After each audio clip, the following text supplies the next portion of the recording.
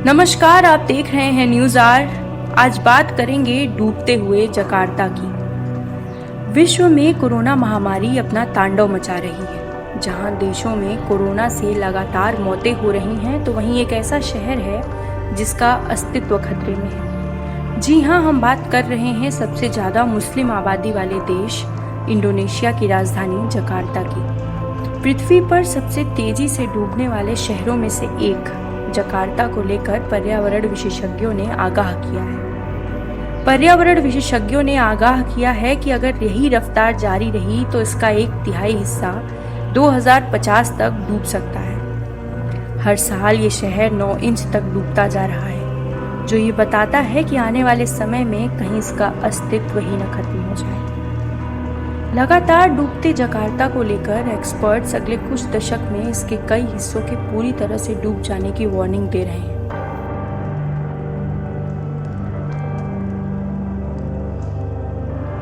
सरकार इस आफत से बचने के लिए समुद्र के किनारे दीवार बनवा रही है, लेकिन ये काफी नहीं है। सरकार के सभी प्रयास कम नजर आ रहे हैं।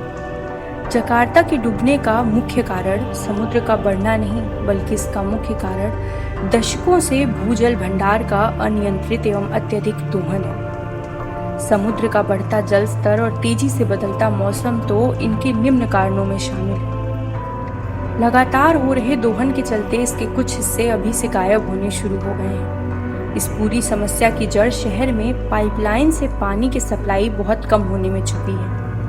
यानी करीब 1 करोड़ लोग निजी कुओं के जरिए पानी खींच रहे हैं और जिस पर जमीन टिकी हुई है। जकार्ता में लगातार विकास के नाम पर नए होटल, घर और गगनचुंबी इमारतों में ज्यादातर नगर निगम के जल सेवा की कमी थी और इसलिए उन्होंने अपने कुओं को खोदा, भूमिगत जलवाहकों का दोहन किया, जिसके चलते ऐसी समस्याएं उत्पन्न हो रही हैं। जकार्ता के डूबने की शुरुआत ही साल 2007 में हुई थी। साल 2007 की शुरुआत में हुई भयंकर बारिश ने जकार्ता के 3/4 हिस्से को डुबो दिया था। साल 2007 के बाद से ही जावा समुद्र उफान पर आना शुरू हुआ और आज हालत ये है कि देश की राजधानी जकार्ता अस्तित्व के खतरे में है। जकार्ता के खतरे में पड़ने का मुख्य कारण यहाँ की सरकार भी है। 6 दशकों से इंडोनेशियाई राष्ट्रपतियों ने इस मुद्दे पर ध्यान नहीं दिया। दरअसल जकार्ता में 97% शहर कंक्रीट की जमीन से ढका है। ऐसे में यहाँ हर साल होने वाली 60 इंच बारिश भी जमीन के अंदर नहीं जा रही है। मिट्टी न होने की वजह से ये पानी जमीन में नहीं जा रहा है। इस बारिश का सारा पानी 13 नदियों और समुद्र में बह जाता है, जिसके चलते समस्या खड़ी हो रही है। वहीं जमीन पर मौजूद हैवी कंक्रीट के वजन से जमीन धंस रही है। पानी समुद्रों में जाने से इसका जल स्तर बढ़ रहा है, तो वहीं शहर लगातार बन रही बिल्डिंग इमारतों के चलते धंसा जा रहा है। वैसे इस शहर के लोगों को जकार्ता की समस्या बहुत पहले समझ में आ गई थी। इन्हें साल 2007 में आई भयंकर बाढ़ और उसमें मारे जाने वाले लोगों की हालत देखकर इस समस्या का अंदाजा हो गया था। हालांकि फिर भी इस समस्या को बड़े स्तर पर नजरअंदाज कर दिया गया और मौजूदा समय में हालत ये है कि जकार्ता का अस्तित्व ही खतरे में है।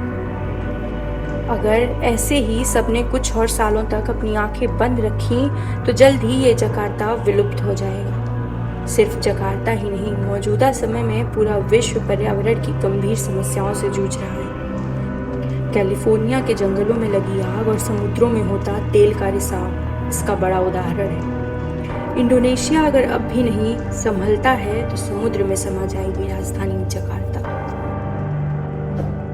तो दोस्तों, आप देख रहे थे न्यूज़ आर। आपको ये वीडियो कैसे लगा हमें कमेंट बॉक्स में जरूर बताएं और हमारे चैनल को सब्सक्राइब करना ना भूलें।